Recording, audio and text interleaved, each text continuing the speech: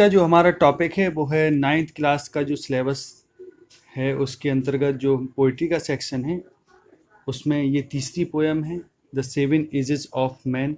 ये William Shakespeare द्वारा लिखी हुई पोयम है। तो इसको शुरू करने से पहले जो हमारे नए व्यूअर हैं जिन्होंने हमारे चैनल को सब्सक्राइब नहीं किया है वे हमारे चैनल को सब्सक्राइब कर लें ताकि आप हमसे आगे भी जुड़े रहें और जो भी नई वीडियो हम डालें वो सबसे पहले आपको प्राप्त हों। तो चलें शुरुआत करते हैं पोयम से।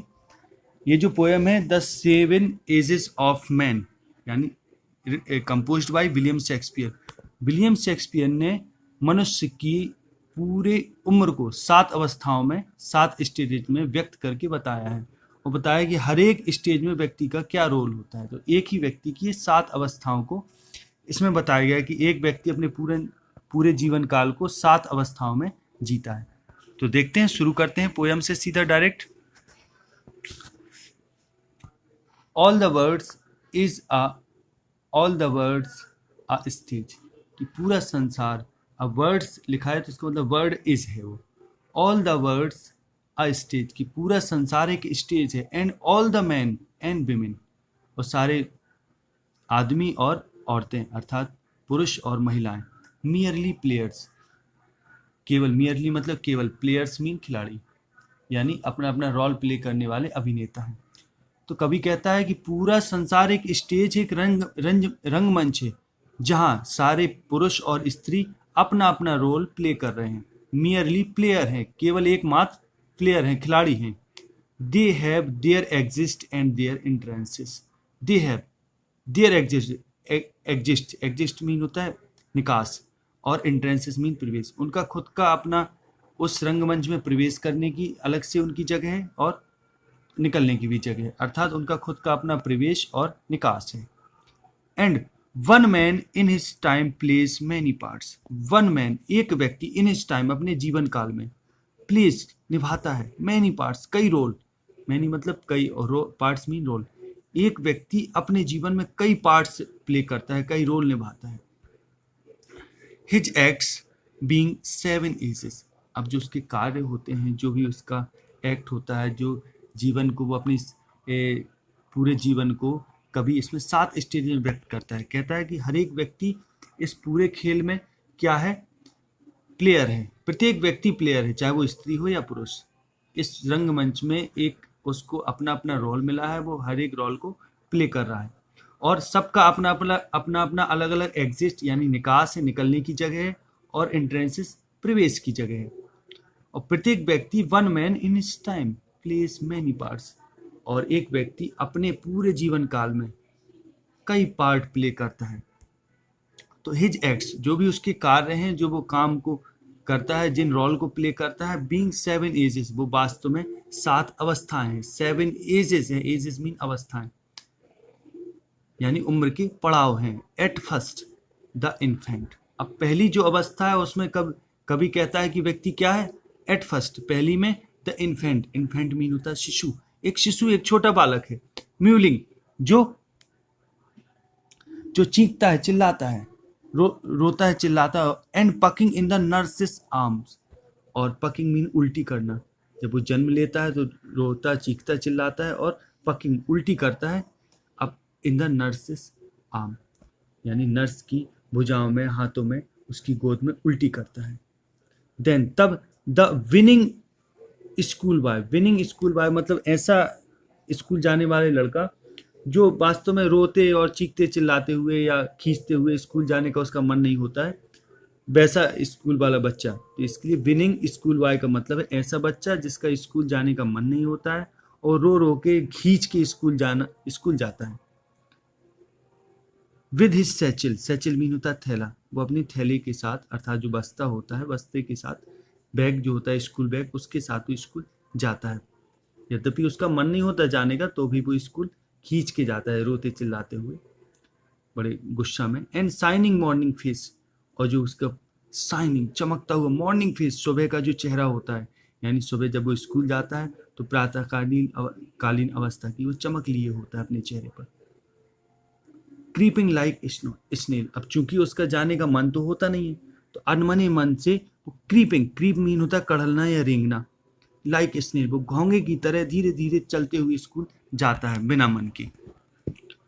Unwilling to school, unwilling to school मतलब बिना मन के, इसको अनविलिंग मतलब होता है अनिच्छुक, बिना इच्छा के, टू स्कूल, स्कूल तक जाता है। एंड देन, तब, अभी कवि ने एक इन्फेंट की अवस्था बताई, दूसरी अवस्था बताई एक स्कूल जाने वाले बच्चे की, अब जो तीसरी अवस्था है, एंड देन द लवर, अब जो तीसरी अवस्था है वो एक प्रेमी की अवस्था, साइंग लाइक फर्नेस, जो प्रेम में एक प्रेमी की ऐसी अवस्था है जो साइंग, साई मीन होता है आह भरना, लाइक फर्नेस, वो ऐसे गर्म गर्म आह भरता है जैसे कि मानो भट्टी से गर्म हवा आ रही हो, लाइक फर्नेस, फर्नेस मीन होता भट्टी, जैसे भट्टी से गर्म हवा आ रही हो, विद अ वोफुल बैलट, और with a woeful, woeful mean होता है दुखी, बैलट मीन होता है कविता, ये कहानी, किस्सा। तो वो अपनी प्रेम का के लिए with a woeful ballad made to his mistress, mistress का मतलब होता है स्त्री, और इधर मतलब है प्रेम का, आईब्रो। तो with a woeful ballad made to his mistress eyebrow, कि वो अपनी प्रेमिका की आंखों की प्रशंसा, अपने प्रेमिका की आंखों की प्रशंसा वो किस में करता है, कि उस बैलेट में, यानी जो भी किस्से उसकी प्रेमिका की आंखों की प्रशंसा करें, उन किस्सों का वो वर्णन करता है। यानी वो बैलेट उन दुखपूर्ण गीतों को, वो फुल बैलेट यानी उन दुखपूर्ण गीतों को वो गाता है या उन गीतों को सुनता है जिनसे उसके प्रेमिका की आंखों की प्रशंसा होती है। तो with a woeful ballad made to his mistress eyebrow, जो उसकी प्रेमिका की आंखों की प्रशंसा करती हुई, जो आंखों की प्रशंसा है, उसकी सौंदर्य का वर्णन करती हुई जो बैलड होती हैं, जो कविताएं होती हैं, वो यानी सॉन्ग, जो गीत होता है, बैलड मीन गीत, उस गीत को वो गाता है या सुनता है, कहना चाहता है। देन, अब इसके बाद जो अवस्था आती है, ये तो हो गई प्रेमी की अवस्था, इसके बाद जो अवस्था आती है अ सोल्जर, एक सोल्जर की अवस्था होती है, यानी एक सिपाही की, फुल ऑफ स्ट्रेंज ओथ्स, कि जिस काल में वो फुल ऑफ भरा होता है, स्ट्रेंज ओथ अजीब, विभिन्न, विचित्र कसमों से, अर्थात वो कसम खाने से पीछे नहीं हटता और जीवन में बहुत बहुत कुछ करने के लिए कसम खाता है।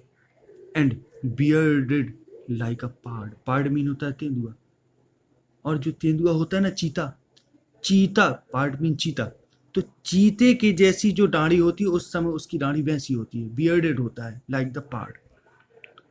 जेलस इन ऑनर्स अपो, जेलस अर्थात उसके मन में सम्मान को पाने के लिए ईर्ष्या होती है, यानी पूरा सम्मान प्राप्त करने के लिए ईर्ष्यालु होता है वो सोचता है कि हर एक क्षेत्र में वो सफलता पाए और वो सम्मान पाए, और अगर कोई उससे ज़्यादा सम्मान पाता है तो उसके लिए वो ईर्ष्यालु भी होता है। Sudden and quick in quarrel, अचानक और तेजी से किसी भी चीज़ के लिए वो झगड़ा भी करने में तत्पर होता है। तो ये जो अवस्था है वो सैनिक की अवस्था, सीकिंग द बबल रेपुटेशन, और वो झगड़ा किस बात के लिए करता है, seeking the bubble reputation even in the cannons mouth, यहाँ तक कि वो लड़ने के लिए, अब सोल्जर है, सिपाही है, तो लड़ने के लिए बिल्कुल तैयार रहता है अचानक, सीकिंग, ये इस चीज के तलाश में, the bubble reputation, bubble reputation का मतलब है ऐसी प्रसिद्धि, ऐसी कीर्ति जो एक बुलबुले के समान है, उसको खोजने का प्रयास करता है, उसके लिए अचानक और लड़ भी जाता है तुरंत किसी से भी, यहां तक कि अगर वो चाहे वो लड़ाई even in the cannons mouth, यहां तक कि तोप भी उसके लिए चलानी पड़े तो तोप के मुंह के सामने भी आ जाता है वो, अर्थात किसी भी खतरे से डरता नहीं, ये एक सोल्जर की अवस्था है। इसके बाद एंड देन द जस्टिस, और फिर एक न्यायाधीश की भूमिका निभाता है जब वो बड़ा हो जाता है और अधेड़ अवस्था में पहुंच जाता है। The justice in fear round belly, in fear round belly, कि उसका जो पेट होता है लगभग गोल गोल हो जाता है, फेयर, फेयर मतलब ठीक ठाक बिल्कुल राउंड, गोल बेली, बेली मीन होता है पेट, with a good capon line, और उसका capon lined with eyes severe and beard of former cut, और जो उसका मोटा तगड़ा, विद अ कैपन यानी एक राउंड बेली के साथ, कहने का मतलब है जो उसका पेट होता है बहुत राउंड गोल गोल हो जाता है, तो उस पेट के साथ बढ़िया मोटा ताजा रहता है वो, मोटा तगड़ा शरीर भी उसका भरा होता है, और विद आईज सिवियर, और उसकी जो आंखें होती हैं कठोर होती हैं, and beard of formal cut, और जिसकी दाढ़ी होती है वो कैसी होती है, फॉर्मल कट होती है, यानी सामान्य प्रकार की बनी हुई होती है, ज़्यादा उसमें विशेष कुछ वो नहीं होता आकर्षण। तो ये सारी चीज़ें, अब ये उस अवस्था की बताई जब वो एक जज की भूमिका निभाता है। फुल ऑफ वाइज सॉज, सॉज मीन होता है कहावतें, कि वो लोगों को विभिन्न कहावतें कहकर लोगों को सलाह देता है, एंड मॉडर्न इंस्टांसेस, और तमाम तरह के वर्तमान जो उदाहरण है, वर्तमान प्रचलन में जो अच्छी अच्छी बातें हैं उनको बताता है, उसके उदाहरण देता है, लोगों को समझाता है, यानी जज की भूमिका निभाता है कि एडवाइजर की भूमिका निभाता है। And so he plays his part, और इस तरीके से वो अपना ये पार्ट, ये रोल प्ले करता है, ये अपना ये रोल निभाता है। द सिक्स्थ स्टेज, अब जो सिक्स्थ एज होती है उसकी, जो छठी स्टेज है, जो अवस्था है, shift into a lean and slippered pantaloon. Shift वो किस चीज में बदलती है, इनटू अ लीन, एक दुबले पतले, और स्लीपर्ड पेंटलून, यानी ऐसे व्यक्ति में जो दुबला पतला हो जाता है लगभग, और क्या होता है उस, यानी दुबला पतला होने का मतलब उसका शरीर कमजोर हो जाता है, और अक्सर वो स्लीपर्ड पेंटलून, यानी चप्पलें भी पहने होता है, और ढीला ढाला पैजामा भी, पेंटलून मीन पैजामा भी पहने होता है, with spectacles on nose and pouch on side, और उसकी नाक में चश्मा चढ़ा होता है। कहने का मतलब है चश्मा ऐसे चढ़ा होता है, ऐसे बुढ़े लोग नहीं लगाते, नीचे की ओर हल्का थोड़ा करके। And pouch on side, pouch mean होता है, अब त्वचा जो होती है ना वो ढीली ढाली हो जाती है, तो ढीली ढाली जो खाल वो होती है वो लटकने लगती है हल्की, और साइड में, यानी चेहरे में भी खाल हल्की सी उसमें मुलायमियत आ जाती है, तो उससे क्या होता है, वो खाल जो होती है बुढ़ापे में लगभग ऐसी अवस्था की बात कवि कर रहा है कि जिस समय खाल हल्का सा लटकने लगती है अगल बगल। His youthful hose well shaped, a world too wide for his shrunk सैंक।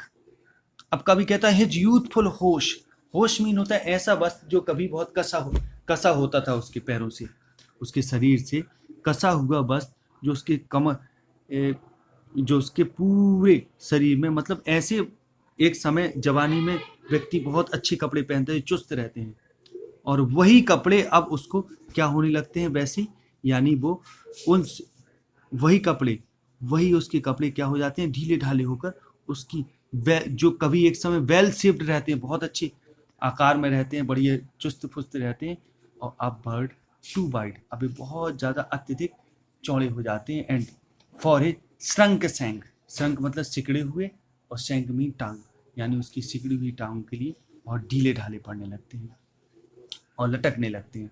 And his big manly voice,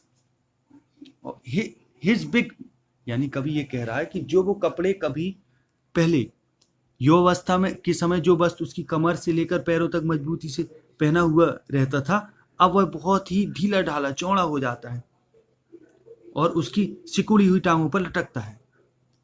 और फिर कभी कहता है एंड हिज बिग, और उसकी तेज, बड़ी, बिग कहने का मतलब है बड़ी तेज और तेज तर्रार, जो मैनली पुरुषोचित, यानी जो पुरुषों की तरह जो तेज तर्रार शौर्य से भरी हुई जो आवाज होती है, वो वॉइस होती है उसकी आवाज। तो turning again towards childish treble pipes, अचानक क्या हो जाती है, वो बदल जाती है, टर्न हो जाती है, यानी कहने का मतलब अब वो ऐसी अवस्था में कभी कि अब वो तेज और वो तेजस्वी वाणी उसकी नहीं रही, यानी जिसमें बहुत क्या हो, मेनली वॉइस, यानी वीरतापूर्ण जो उसकी आवाज होती है वो आवाज नहीं रही, वो क्या हो चुकी, वो टर्निंग अगेन टुवर्ड्स चाइल्डिश, बच्चों की जैसी हो गई। कैसे, ट्रेवल, जो बच्चे ऊंची तेज आवाज में क्या करते हैं और पाइप्स को नहीं बजाते, पाइप या विशिल सीटी वगैरह बजाते हैं जो बच्चे, तो ठीक उसकी आवाज वो वीरोचित आवाज बदलकर बच्चों जैसी हो गई, जैसे बच्चे कोई पाइप या कोई विशिल यानी सीटी कोई बजाते हैं तो वैसी आवाज हो जाती है इस अवस्था में।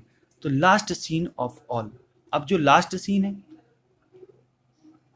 That ends this strange eventful history, कि अब कभी ऐसी अवस्था का वर्णन कर रहा है, last scene of all, that ends, जो अंत हो जाता है जिस सीन का, यानी व्यक्ति के जीवन का जहाँ अंत सा हो जाता है, यानी लास्ट सीन ऑफ ऑल, यानी सभी सीन जो अभी और जो अन्य जो 6 स्टेजेस का वर्णन किया उसके बाद जो 7वीं है वो अंतिम अवस्था है। और इसमें that ends his stand eventful history, जो इसकी अजीब घटनापूर्ण इसका इतिहास रहा है, हिस्ट्री रहा है, जो अभी तक का इसका घटनाक्रम रहा है, ये उसकी समाप्ति होती है, लगभग अंतिम एज होती है। और is second childishness and merely oblivion, और वास्तव में ये सेकेंड दूसरा बचपन होता है। चाइल्डिशनेस मीन बचपन, बचपन की अवस्था, एंड मियर ओब्लिवियन, और एकमात्र, मियर मीन केवल, ओब्लिवियन एक भुलक्कड़पन, सेंस टीथ बिना दांतों के, सेंस आइज बिना आंखों के, और सेंस टेस्ट बिना किसी से टेस्ट के, और सेंस एवरीथिंग, सेंस मतलब बिना, और सब कुछ, यानी जो भी चीज उसके पास भरपूर और पर्याप्त मात्रा में एक उचित अवस्था में होती थी, एक्टिव रूप में होती थी। दांत होते थे तो दांत भी गिर जाते, आंखें भी कमजोर हो जाती हैं, और लगभग टेस्ट भी, स्वाद भी नहीं उसको कोई मिलता, और हर एक चीज से वो खाली हो जाता है, और भुलक्कड़ भी हो जाता है। ओब्लिवियन मीन भुलक्कड़ भी हो जाता है। तो इस टाइप से ये पोएम अपनी समाप्त होती है। आशा है आपको ये पोएम बहुत पसंद आई होगी। तो अधिक से अधिक इसको लाइक करें, शेयर करें, और कमेंट करना ना भूलें। आगे नेक्स्ट वीडियो मिलते हैं, तब तक के लिए नमस्कार। जय हिंद, जय भारत।